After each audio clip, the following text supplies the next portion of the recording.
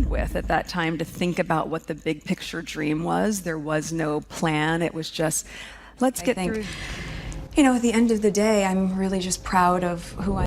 For years, Meghan Markle has managed to control her public image with the precision of a Hollywood director. Every appearance, every headline, every moment captured by the cameras has been crafted to perfection, a dazzling blend of grace, vulnerability, and empowerment. To the world, she's the symbol of the modern Duchess, independent, outspoken, and authentic. To prove that you're enough, you have to prove that you're pretty enough, you have to prove that you're smart enough, you prove that you're a good wife or a good friend, and I was like, I am just so done with the prove it. But what if the story behind those Montecito gates wasn't quite what it seemed? According to one woman who was there, who lived, worked, and witnessed it all from inside the fairy tale, was a performance. And for the first time, this woman is breaking her silence. She's the nanny who looked after Archie and Lilibet. And what she describes paints a chillingly different picture of life behind the Sussex family's perfectly polished brand. She says, working inside that home wasn't about caring for children. It was about surviving. From the very beginning, things felt strange. Even before she accepted the job, the nanny remembers that the listing itself was unusual. It wasn't like a typical royal family posting. It read more like a casting call. Every word had been carefully chosen, discreet, adaptable, emotionally intelligent, not easily intimidated. But hidden between the lines was an unspoken warning: don't outshine Meghan. Rumors among other applicants suggested Meghan didn't want anyone in her home who might distract from the image she was building. Candidates were quietly judged not just on experience, but on appearance, presence, even how they carried themselves. One former agency worker recalled that certain resumes were rejected for being too polished. As if competence itself might be seen as competition. The message was clear. This wasn't just about looking after children. This was about fitting into the brand of Meghan Markle. When the nanny finally got the call, she was excited but cautious. The agency insisted on multiple interviews, first with assistants, then with a representative from the couple's staff, and finally, the meeting with Meghan and Harry themselves. Before she even met them, she was required to sign an airtight non-disclosure agreement. No photos, no social media, no personal contact with anyone outside the estate without clearance. Still, nothing could have prepared her for what she found once she walked through the doors of the Sussex mansion. The house was immaculate, the kind of perfection that felt more like a showroom than a family home. Every surface gleamed, every cushion precisely arranged. But what struck her most was the silence. It wasn't the peaceful quiet of a happy home. It was tense, measured, as if the air itself had been told to behave. Sources confirm now that Meghan's mother Doria has returned to the U.S., the Sussexes have hired a nanny.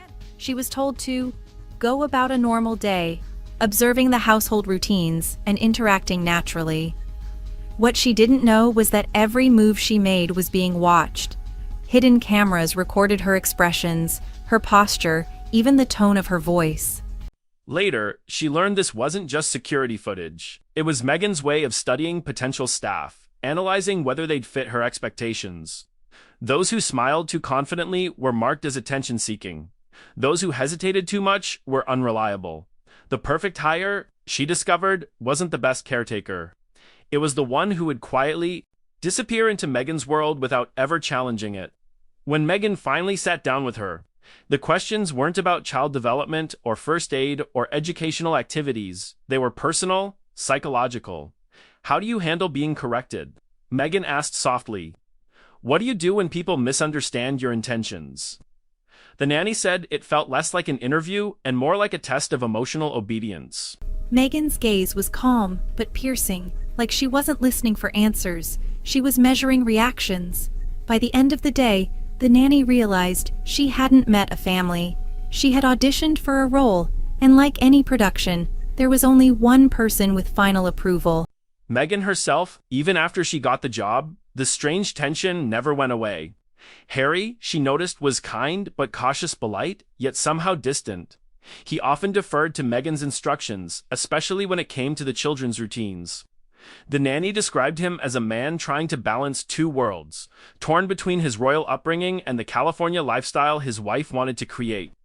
Harry, raised in a household that prized structure and tradition, ...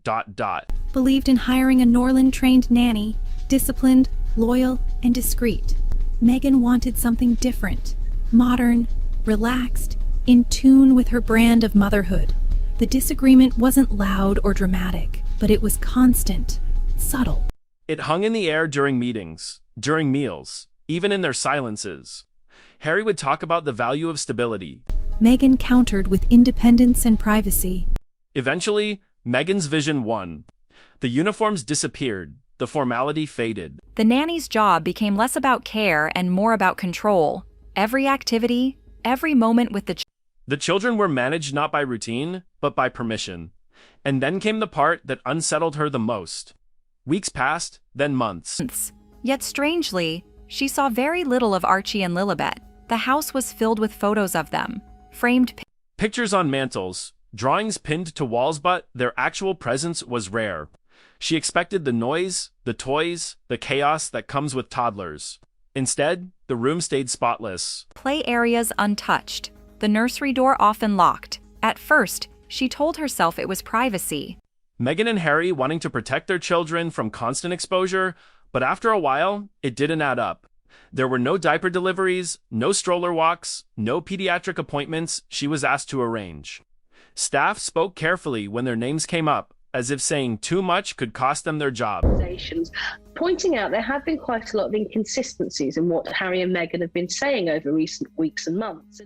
It became clear that something inside the Sussex home didn't match the story the world was being told. And when Meghan appeared publicly, cradling her baby bump, The nanny recalled feeling confused. She'd been working there at the time, but nothing she'd seen aligned with the timeline being presented to the media. other staff members quietly shared the same unease, but no one dared question it. They'd seen what happened to people who asked too many questions. Contracts were terminated overnight, phones confiscated, exit interviews conducted under heavy security. So everyone kept quiet, everyone pretended. One housekeeper whispered to her once, "Everything here is managed, Evan. What we're meant to believe." That's right. Good morning, guys. George, Harry, and Meghan say they are not going to make any public. The nanny tried to ignore it, tried to focus on her work, but as the months passed, she couldn't shake the feeling. Part of something scripted. And when the Netflix documentary dropped, she finally realized just how deep the performance went. The world saw That she was back home, cozy California home, Meghan playing with Archie on the floor, Harry laughing in the garden, sunlight pouring through the windows. It looked perfect. But the nanny noticed something no one else would. The layout of the room, the placement of the furniture, even the direction of The light? It wasn't the same house she had worked in. "That's not our living room," she whispered to herself. "That's not where we lived." For the public, it was a glimpse into their private life. For her, it was confirmation that the life being shown wasn't the one that existed behind closed doors. Because in the home, she remembered, laughter was rare, affection was measured, and every word even between husband and wife felt rehearsed.